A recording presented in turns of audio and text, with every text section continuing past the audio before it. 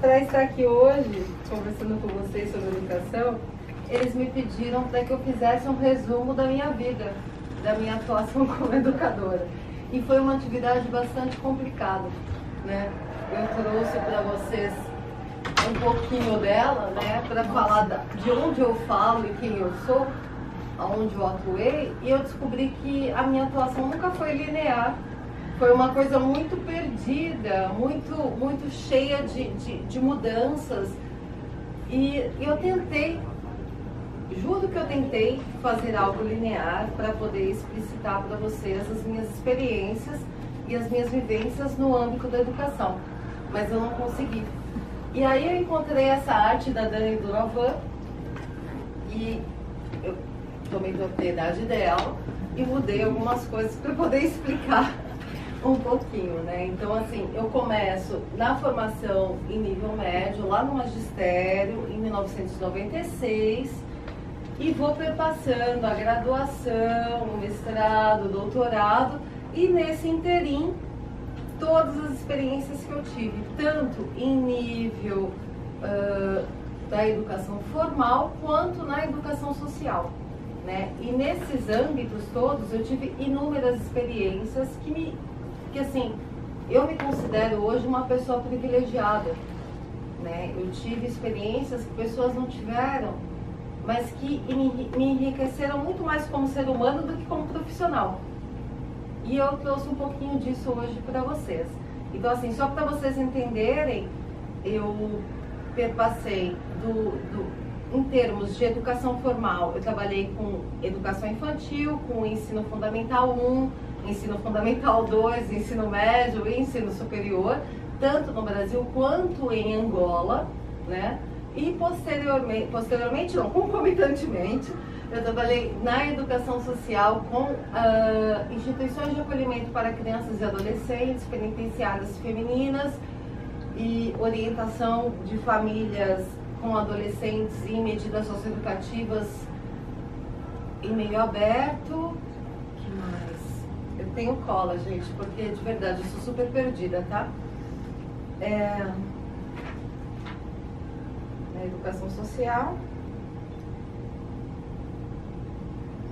Ora como educadora, ora como coordenadora, ora como elaboradora de projetos sociais e afins, e dentro também disso, projetos sociais para crianças e adolescentes oriundos de escolas públicas. E essa foi a minha vida. Hoje eu posso dizer que eu tenho quase 23 anos de exercício na educação e que eu preciso aprender muito ainda, né? E hoje eu trago aqui um pouquinho dessa experiência para tocar com vocês algumas questões que são necessárias na atual conjuntura brasileira, né? Porque ela está bastante complicada e eu vou ficar aprendendo com ela, porque isso é uma coisa que eu ainda não aprendi, a comunicação em Libras, né? E a gente não sabe o que vai ser daqui em diante, né? Todos nós estamos hoje um ano de assassinato da Marielle e um dia após a chacina que houve em Suzano, dentro de uma escola pública. Então, a gente está vivendo um momento muito delicado de país em termos de educação, né?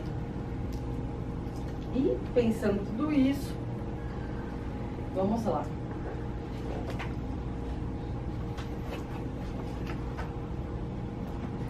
O mais importante nessa trajetória toda, eu acho que é importante enfatizar, é que eu nunca deixei de pesquisar.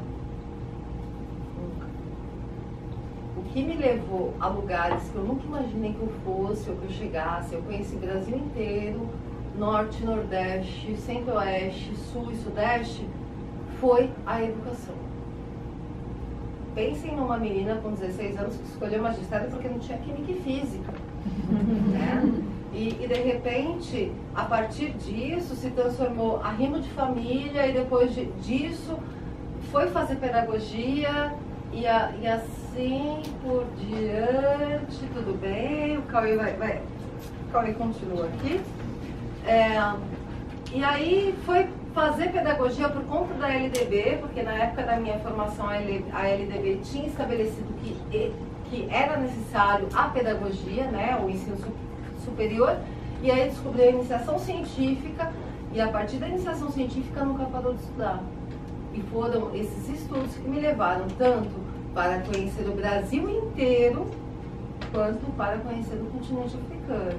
Não todo o continente, ainda tenho essa, né, tenho essa ambição, vamos dizer assim, mas assim, alguns países, Moçambique, Angola e Cabo Verde. Tá? Vamos lá. Vamos ver se eu contamino vocês com a minha paixão. Aí a proposta de hoje, desse conto, ela nasceu muito engraçada. O Cauê me chamou pelo WhatsApp, né? O Cauê que me apresentou aqui, meu ex-aluno.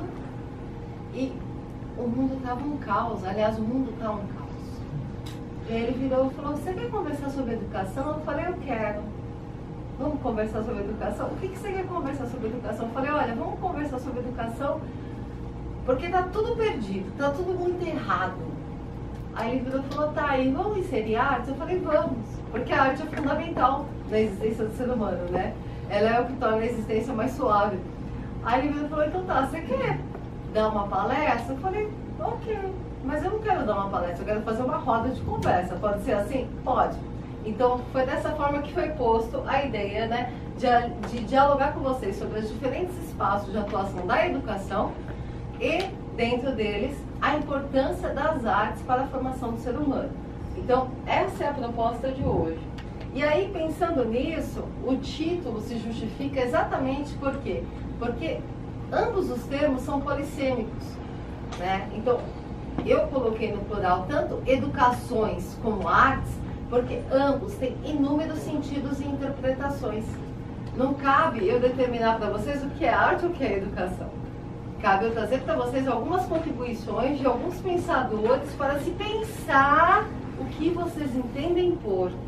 E a partir da atuação de vocês, colocarem em prática o que é necessário dentro do contexto educacional de vocês, dentro do público, enfim, dentro do entendimento que vocês têm sobre isso. Tá? A minha ideia é trazer alguns conceitos, trazer alguns exemplos de experiência e principalmente abrir para o diálogo. Eu não quero ficar aqui falando e vocês olhando para minha cara como se eu fosse a mais linda do mundo, porque eu não sou e não tenho a verdade mundial, né? Eu quero abrir realmente para o diálogo para que vocês tragam as experiências de vocês e que nós possamos problematizá-las e pensar em possibilidades a partir das vivências de vocês. Então a ideia é eu falar muito rápido mesmo, porque eu falo rápido, sobre alguns conceitos, sobre legislação, para que a gente possa abrir para as experiências de vocês e problemáticas, e pensar possibilidades que sejam alcançáveis nesse momento tão delicado de país. Tá? Então, isso se dá por quê? A abertura do diálogo se dá exatamente porque nós temos tá filmando, né? Não posso falar palavrão. Um educador que é referência internacional, terceiro mais citado no mundo em pesquisas de ciências humanas, segundo a BBC News, e o levantamento do professor que eu colei aqui, deixa eu achar o nome dele. Parará, papá. Não, tá vendo? Eu não sigo o roteiro, não adianta. Aqui, achei.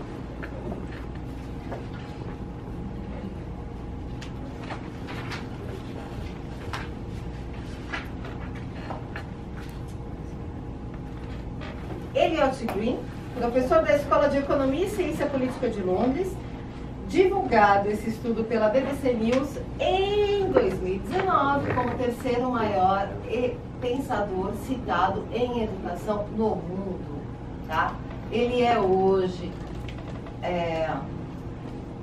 combatido no país exatamente por pessoas que nunca leram e que não entendem o que ele trouxe de contribuição durante a sua existência. Então a ideia aqui é realmente promover o diálogo, porque ninguém ensina sem aprender, ninguém aprende sem ensinar. E essa é a nossa troca. Não existe docência sem ciência, ciência sem docência.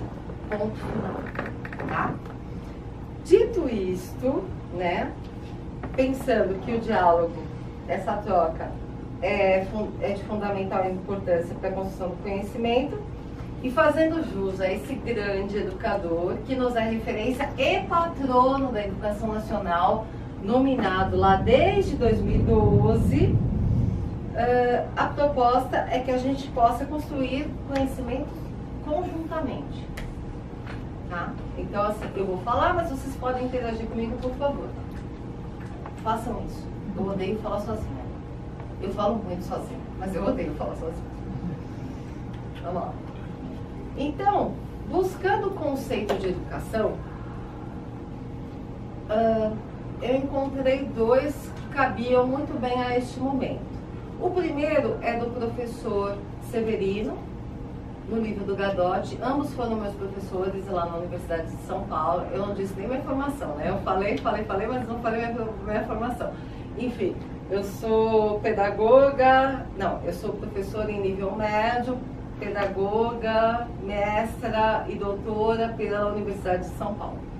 E eles foram meus professores, eu tive o privilégio de conviver com eles, né? Então, assim, o Severino, ele vai falar que a educação, ela é uma característica do ser humano e que é o que difere o ser humano de todos os outros seres vivos. Pura e simplesmente, mas é uma definição muito aberta? Exato, porque aqui a gente não quer limitar o que é educação. Tá? E aí eu trago uma outra definição do Brandão. Brandão, professor da Unicamp, que vai dizer que a educação, ela existe em todos os lugares. Comumente a gente atribui a educação a instituições de ensino. Quando a gente fala em educação, já pensa escola. Não. A educação está em todos os espaços, está no caminho que vocês fizeram para chegar até aqui hoje. Todo o processo que vocês vivenciam durante todo o seu cotidiano faz parte da educação. A forma como você trata o porteiro, o motorista, o cobrador e qualquer outra pessoa diz respeito à educação. A forma como você convive, como você se alimenta, diz respeito à educação. Tudo isso é educação. Só que a gente menospreza. A gente acha que a educação apenas diz respeito a um processo que é institucionalizado. E isso é muito errado. Não errado no sentido de certo e errado. Errado no sentido de pré-julgamento. Porque a gente não tem essa concepção holística. Quando, na verdade, a educação abrange todas as relações humanas. Tá? Vamos lá. E por que eu digo isso, né? Aí eu trago um pouquinho para vocês do histórico do que é educação. Então, a gente tem a educação como uma característica fundamentalmente humana. E lá nos primórdios da civilização humana, né, nós podemos chamar de educação primitiva o que era feito com as pessoas que existiam neste planeta. Então, chamando de educação primitiva, elas eram basicamente pautadas nas experiências por meio do quê? Dos exemplos e da oralidade, passadas de geração em geração. Então, o que eu sabia que garantia a minha sobrevivência, eu passava para o meu filho, para o meu neto e para todos os outros que estavam juntos a eles naquele momento em que eu convivia com eles. Com o advento da propriedade privada, vejam só, querida ou amaldiçoada propriedade privada, obrigada, Raio. Não fui eu. Foi Deus, enfim. Thor, qualquer coisa desse. Eu acho que foi Thor. Daqui a pouco ele desce aqui com o martelinho dele. Então, começou-se a delimitar a educação por parte de outros, né? Principalmente da família nuclear, não a extensiva, porque hoje a gente tem uma visão, né, de família pequena e família extensiva, então a família nuclear. E era ela quem estabelecia de que forma seus dependentes seriam formados. Com tutorias ou salas especiais, porque naquela época já começaram a ser criadas salas especiais de ensino, e isso era relegado somente à burguesia, né? À nobreza. A educação não era universalizada como nós temos hoje, ponto. Né? Então, os privilegiados tinham acesso a essa educação. Aí, dado o processo de urbanização e industrialização, percebeu-se a necessidade de formar aqueles que eram operários para a produção. Dentro disso, a educação entra como ferramenta, nunca como oportunidade. E aí estabelece-se que todos devem receber uma formação mínima para desenvolver e produzir, gerando lucro de uma classe específica. Tá? Mas eu não vou entrar nisso porque está sendo filmado e eu estou com medo da atual conjuntura. Então, assim, a urbanização e a industrialização, elas se deram concomitantemente com o desenvolvimento da educação em termos de universalização. Mas a universalização da educação também se deu como percepção de um direito humano fundamental. E nesse processo é que surgem as escolas públicas. É nesse processo que o Estado assume a sua parte de criar espaços específicos com profissionais específicos para a formação dos seres. Tudo bem? Esse é o caminho muito sucinto, né? Eu estou falando aqui uma coisa que poderia ser uma matéria, uma disciplina de 1 ano ou 6 meses, basicamente, sobre a história da educação, tá? Porque aí você vai estudar as classes, tem diversas peculiaridades que hoje eu não posso trazer para vocês aqui, porque eu não tenho tempo e eu quero deixar que vocês falem. Bom, nesse contexto, a educação ela passa a se tornar uma ciência. E, como ciência, né, digna de estudos, de análise e de tudo mais, ela é delimitada e é estabelecido algumas categorias de análise. E aí a gente hoje reconhece 3 tipos de educação diferentes, né? A que a gente chama de educação informal, educação formal e educação social. A educação informal, ela pode ser vinculada àquela educação primitiva que nós tínhamos lá a princípio. Por quê? Porque ela é uma educação que não é planejada. Ela é uma educação espontânea, baseada na realidade, baseada no exemplo, baseada no empirismo, né? Nas experiências que o ser humano tem no seu cotidiano. Ela é livre, espontânea e se faz a partir das relações que são estabelecidas entre o ser humano e os seus pares, de convivência. Então, não necessariamente a educação informal seja planejada. Hoje, usar os meios de comunicação, comunidades, grupos sociais diversos, família e afins, no diz respeito a um planejamento, objetivos específicos, metodologia de ensino, avaliação e resultados. Ponto. Nenhuma mãe tem uma planilha disso. Nenhum vizinho tem uma planilha disso. Nenhuma igreja tem uma planilha disso. Nem a televisão, que tem toda uma organização interna para passar informações, tem uma planilha disso. Ela apenas faz. Qual o resultado disso? Não nos diz respeito. Ou não diz respeito a eles. Eles estão muito pouco preocupados com o que eles passam como informação. O importante é que eles passem a informação. Certo?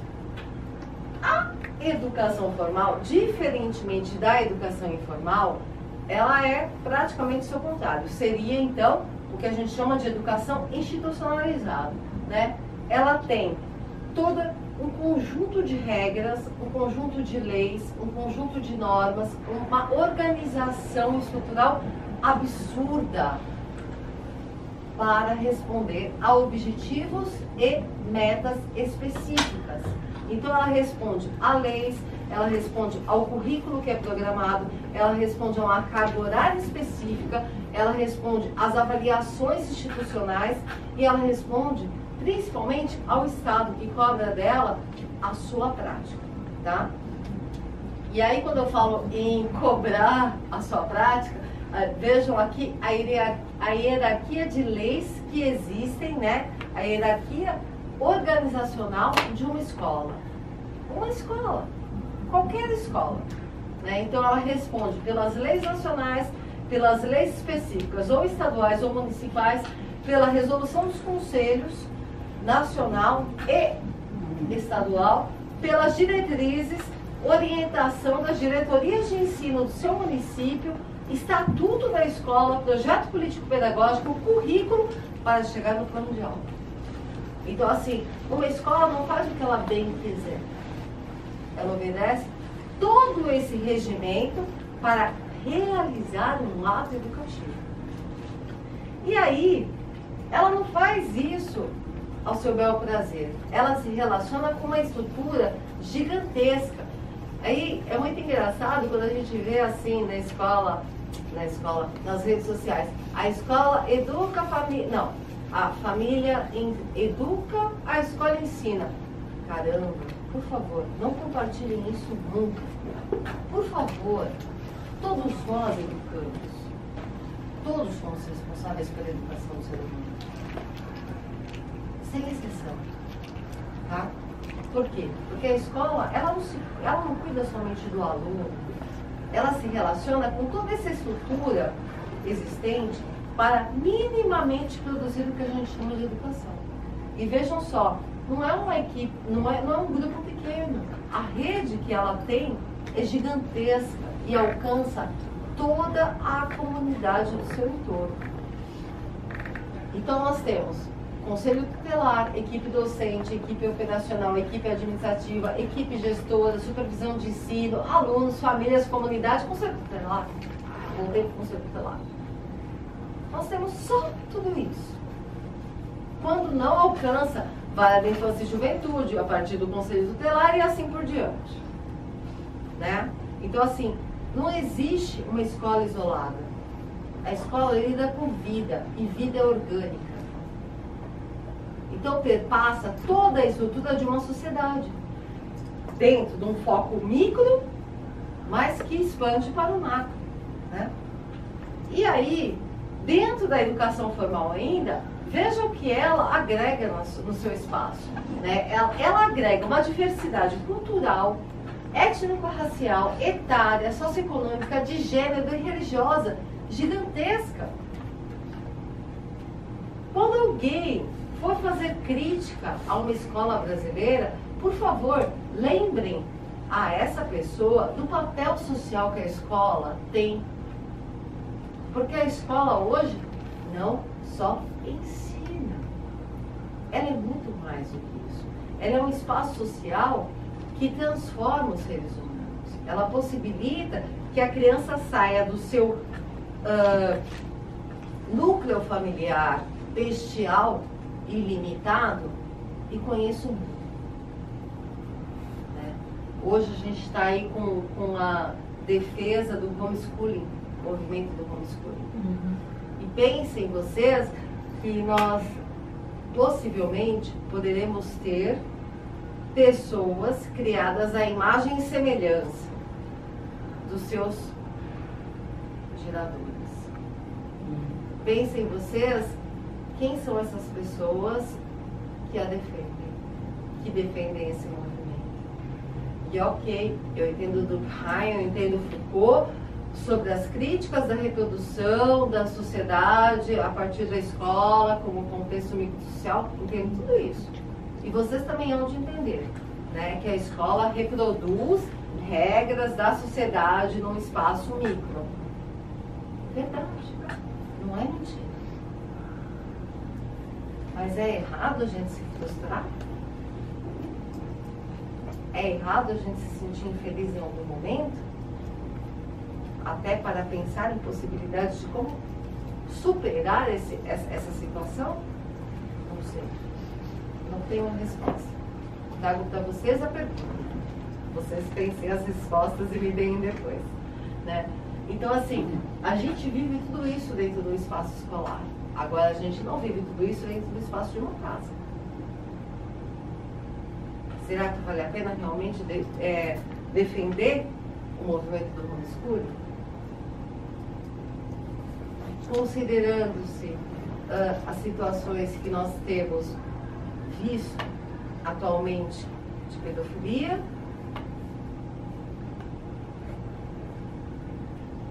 de alienação religiosa, será que realmente isso vale a pena?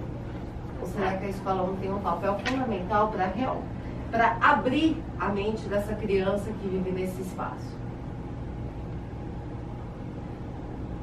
A educação de gênero, a orientação sexual que tem sido tanto combatida, foi a que fez uma criança, uma adolescente hoje, denunciar um padrasto que violentava não somente a ela, como a mãe e a avó.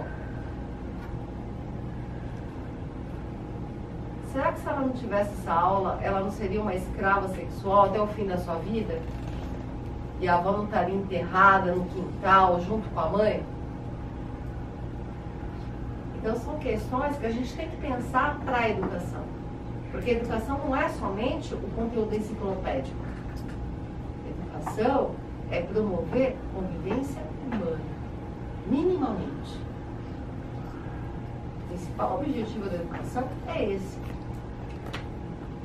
E a gente tem que buscar isso. Bom, onde eu estou? Agora eu estou na educação social.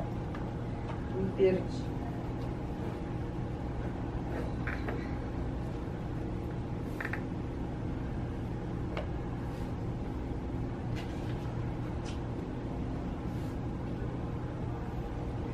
Bom, vamos falar de educação social por aqui, né? O que é a educação social? Desculpa, gente. Eu falei que eu me perco mesmo. Por isso que eu trouxe toda essa Bíblia, mas ó, não conseguindo, calma aí. Socorro! Meus alunos já estão acostumados. O que é a educação social? A educação social, ela vem a partir do momento que a educação formal, ela não consegue responder a todos os anseios da sociedade. O movimento da educação social, ele surge exatamente na década de 20, lá com o manifesto da educação, Eduardo Azevedo e afins e tal, mas assim, se fortalece na década de 40 com Paulo Freire e sua defesa da educação popular, e depois, mais ainda, se fortifica na década de 80 com o processo de redemocratização do Brasil. E aí, em 1990, torna-se uma frente de luta com relação ao movimento das crianças em situação de rua, com o movimento de uma série de outras desigualdades que incomodam e denunciam que a educação formal não está dando conta da população, né? Ela não alcança toda a população do Brasil. E aí surgem as ONGs. Hoje, não somente as ONGs, mas também as OCIPs, né, a partir de 2000 e alguma coisa, para pensar outras formas de alcançar essa população que vive à margem. População essa que é dividida em inúmeros tipos diferentes, né? Então, nós temos pessoas em situação de rua, nós temos crianças em hospitais, nós temos adultos que são analfabetos, nós temos crianças e adolescentes em abrigo, nós temos adolescentes em medida socioeducativa e assim por diante. Na penitenciária nós temos adultos que não são alfabetizados, que minimamente tiveram condição ou acesso a uma educação de qualidade e assim vai se seguindo. E por que ela busca este público?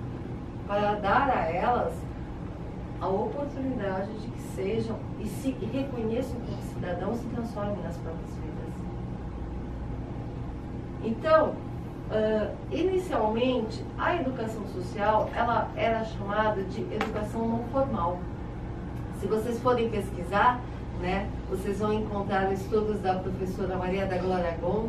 Então, educação social e educação não formal é a mesma coisa. Exatamente. Não é informal. A mudança do termo se vem por conta da negação. O não formal desqualifica o trabalho do educador social.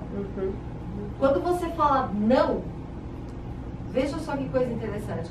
Você desconsidera que o educador social faz um diagnóstico, elabora um estudo, cria um planejamento, desenvolve uma ação, avalia o resultado dela e sistematiza. Quando você coloca um não, parece que não é nada disso, parece que é como se fosse a educação informal. E isso é errado. Então, foi na década de 2000 e alguma coisa, e eu participei dessa briga. Adoro briga. Minha cara. Né? Eu acompanhei, na verdade, eu não fui uma das que brigou, porque eu nem tinha título para isso na época. Eu era uma Harris graduanda, graças às deusas. Mas assim, eu vi a briga, né? Eu estava no primeiro CIPES, que é o Congresso Internacional de Pedagogia Social, e ela era uma das convidadas. E no ato da publicação das apresentações afins e tal, pediram para que mudasse o termo e ela não aceitou. Tudo bem, é uma produção científica dela, super considerável. Mas assim, o argumento em si é cabível. Por quê? Porque desqualifica realmente. Quando você coloca como não, parece que não existe um trabalho por trás. Então, quando você transforma o não formal em social... É outro parâmetro. Exato. A gente pode falar de semiótica. Pura e simplesmente. Né? O não na frente acaba com o trabalho. Então, nesse sentido, é que a educação formal a educação social é uma atividade planejada e às vezes até muito mais trabalhosa do que a educação formal. Por quê? Porque ela só nasce a partir do diagnóstico local. Exatamente. Você não tem como desenvolver uma ação sem fazer o diagnóstico territorial. Né? E eu falo isso com muita clareza. Porque eu conheço ONGs que criam projetos esvaziados para dados locais, sem conhecer a comunidade, sem fazer contato sem perguntar o que eles precisam. Aí chegam lá com uma verba milionária, linda, cheia de bexiga na inauguração, fotos, câmera, tudo bonito. E não tem adesão da população local. Por quê? Porque não é aquilo que eles precisam.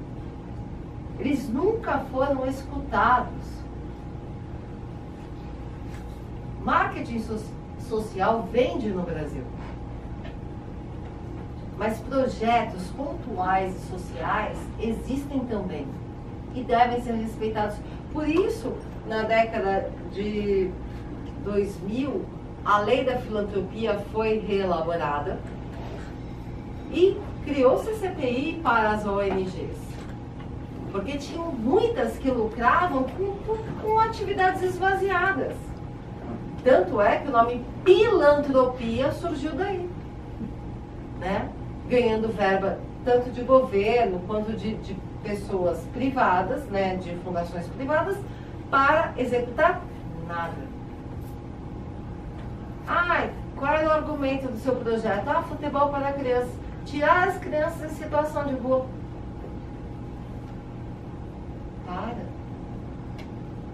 Vai na comunidade, escuta as pessoas que ali estão.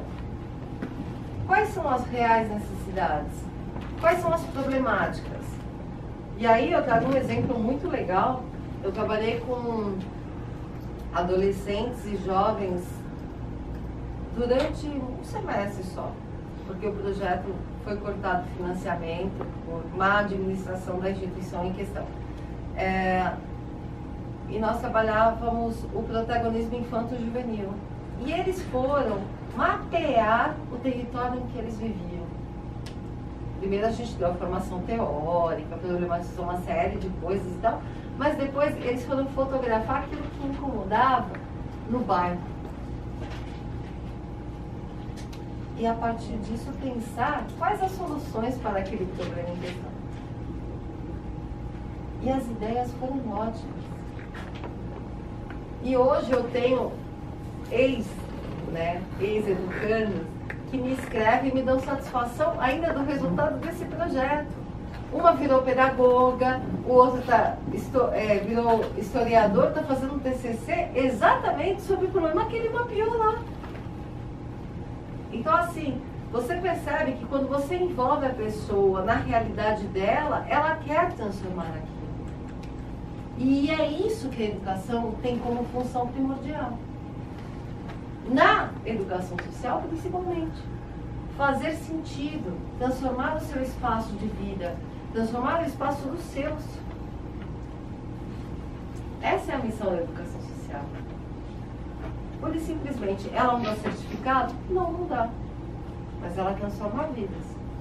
O que é mais importante? Um diploma ou uma vida com qualidade?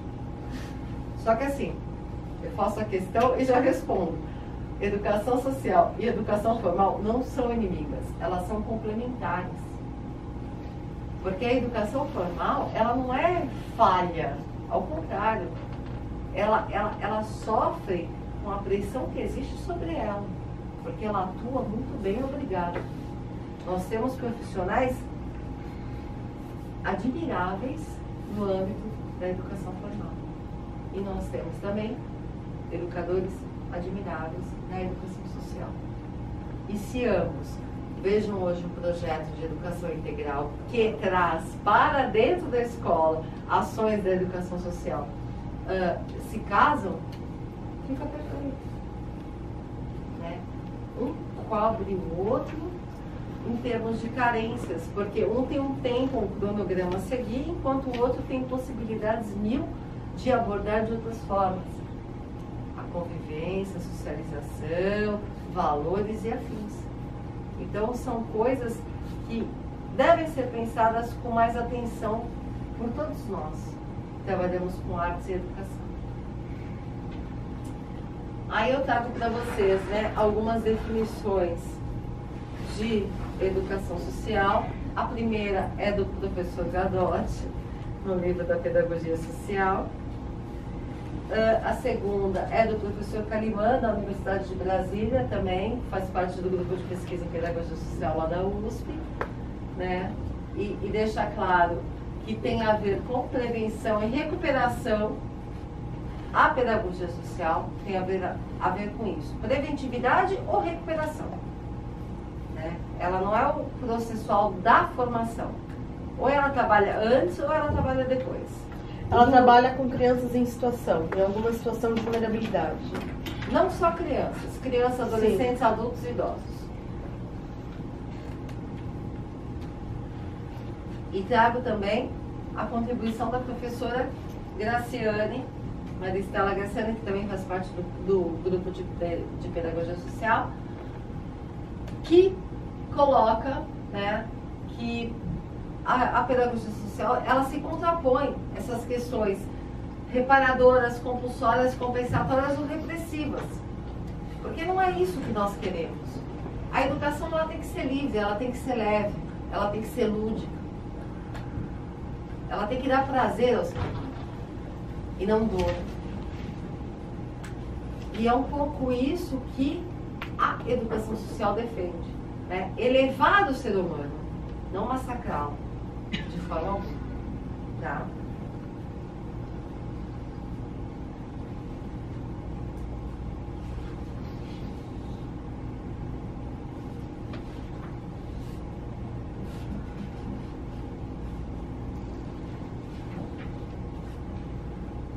Bom, achei minha cola. dito tudo isso, aí eu trago então algumas noções da legalidade da educação no Brasil. A educação no Brasil, ela passa a ser universalizada ou entendida como dever do Estado somente no século passado. E aí eu trago para vocês os principais artigos das constituições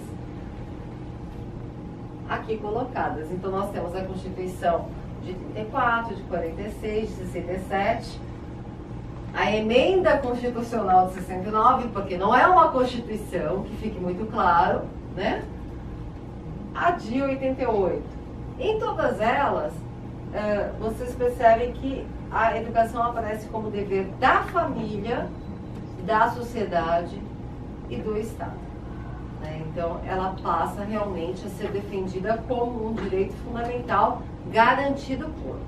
Lá, a princípio, não tanto, mas aqui ao final, na nossa atual Constituição, sim. Né? E nós temos também a última LDB, que é de 1996, né, Lei de Diretrizes e Bases da Educação, e o Estatuto da Criança e Adolescente, que também defendem a educação como um direito fundamental. Né? E essas demarcações legais são muito importantes para que nós nos respondemos no tocante de algum ataque. Por exemplo, quando eu vejo uma criança apanhando num shopping, eu posso intervir. Porque está aqui dito que é dever da família, da comunidade, da sociedade em geral, assegurar com absoluta prioridade a efetivação dos direitos da criança referente à saúde, à vida, à alimentação, à segurança. Eu posso intervir. Eu não estou errado. A gente tem que meter a colher em quaisquer que sejam as situações. A gente não pode se acovardar. E é difícil isso. Eu escuto isso da minha própria família quando eu me meto no conflito de mãe e filho dentro do meu contexto familiar. E aí, eu cito o artigo 4º entendeu? E aí eu falo que eu posso acionar o Conselho Tutelar. Por quê? Porque eu tenho ciência do que é certo. Eu tenho ciência da minha atuação. Por isso que eu não sou convidada para muitas festas. Mas, de qualquer forma, é importante que a gente se fundamente. Né? Dado esse marco legal da educação no Brasil, o que é importante a gente perceber em termos de educação? Porque eu não quero ficar falando muito. Nossa, até parou aqui meu negocinho de meu cronômetro, eu estava tentando marcar. O que é importante você saber é que a educação, ela não é exclusiva nas instituições de ensino, ela está presente em todos os espaços. Né? Nós vivemos a educação até no processo de chegar até aqui hoje. Vocês falaram boa tarde ou boa noite para a pessoa que recepcionou vocês? Isso é educação, né? Vocês foram ao banheiro, jogaram o papel dentro do lixinho, isso é educação. E assim por diante, tudo é educação. Ela é fundamentalmente relacional. A educação é um produto social. O ser humano produz educação o tempo todo. E fala assim, relacional nada, porque eu sou autodidata, eu leio em casa. Você lê quem? Vocês já ouviram, já assistiram aquele filme Sexto Sentido, né? Eu vejo mortos o tempo todo. Então, vocês estão lendo mortos o tempo todo. Vocês estão estabelecendo relação com os mortos. Então, é relacional. E creio, além dos mortos que estão ali escrevendo as suas ideias, que escreveram ali as suas ideias, tem os editores, os publicadores, os vendedores, todos eles fazem parte daquele livro que está te formando. Então é relacional. Mas eu não faço isso, eu leio pela internet, pronto. Eu não vou nem responder. Né? Então assim, Tudo faz parte da produção do ser humano. A produção do ser humano, ela não é isolada. Ninguém vive sozinho. Nós não vivemos, não conseguimos viver numa ilha. Infelizmente. Nem um náufrago conseguiu viver numa ilha. Né? Até ele precisou do Wilson, num dado momento, para sobreviver. Tá? E ela parte de um conhecimento já pré-estabelecido, já elaborado, já convencionado por outros, para estabelecer o quê? Valores, comportamentos, hábitos e afins, e regrar uma certa sociedade. Sociedade essa em que você vive. Isso é aqui, no Ocidente, no Oriente, em qualquer lugar. Ela reproduz. A educação reproduz valores que são pré-estabelecidos. Seja para a manutenção do status quo, como diz Durkheim, como diz Foucault, ou seja para a transformação do ser humano, como alguns outros mais progressistas hoje defendem.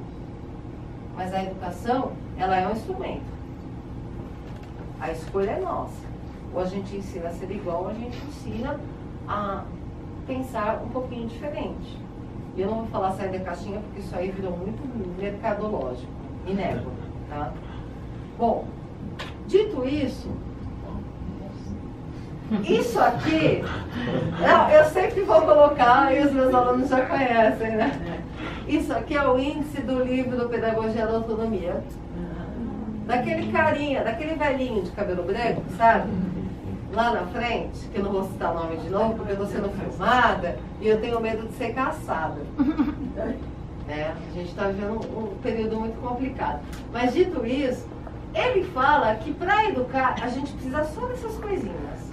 Você não precisa ler o livro. Leia o índice. Leia o índice.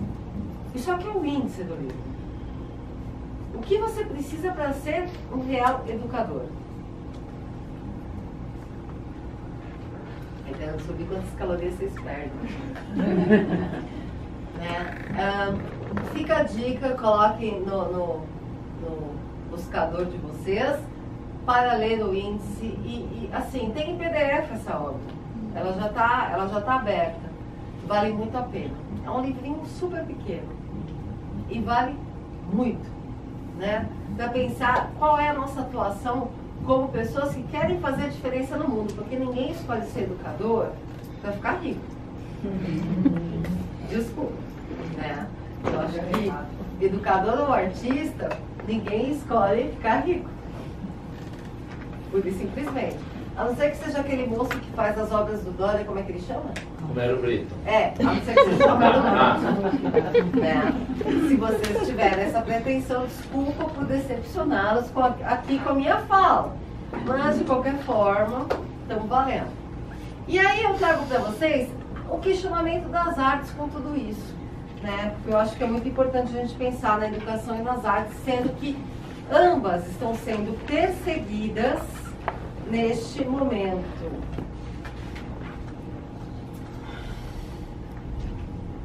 Vamos lá. Dado o fato que elas constituem basicamente a subjetividade do ser humano na sua interpretação de mundo e experiência de mundo. Quem são as artes?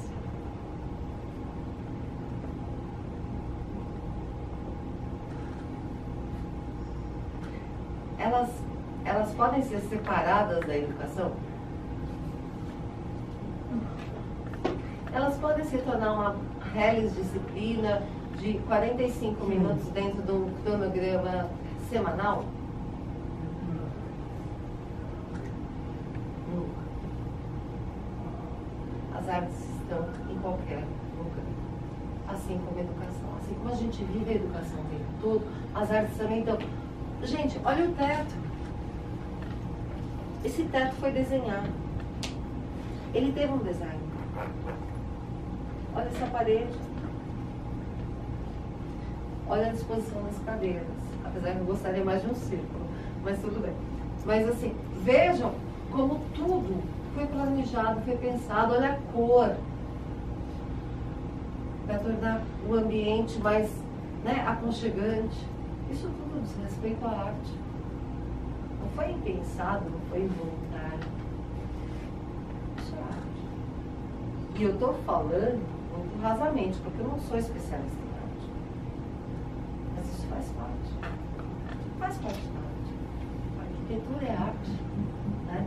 A gente tem aqui a primeira forma de comunicação do ser humano, os desenhos, aquelas garatujas, né? Ó, eu falando o termo errado, né? No meio de uma palestra, porque garatuja é desenho de criancinha. Mas vamos lá, representações rupestres, obrigada, né? Na parede, riscadas e registradas para contar a história da evolução da humanidade.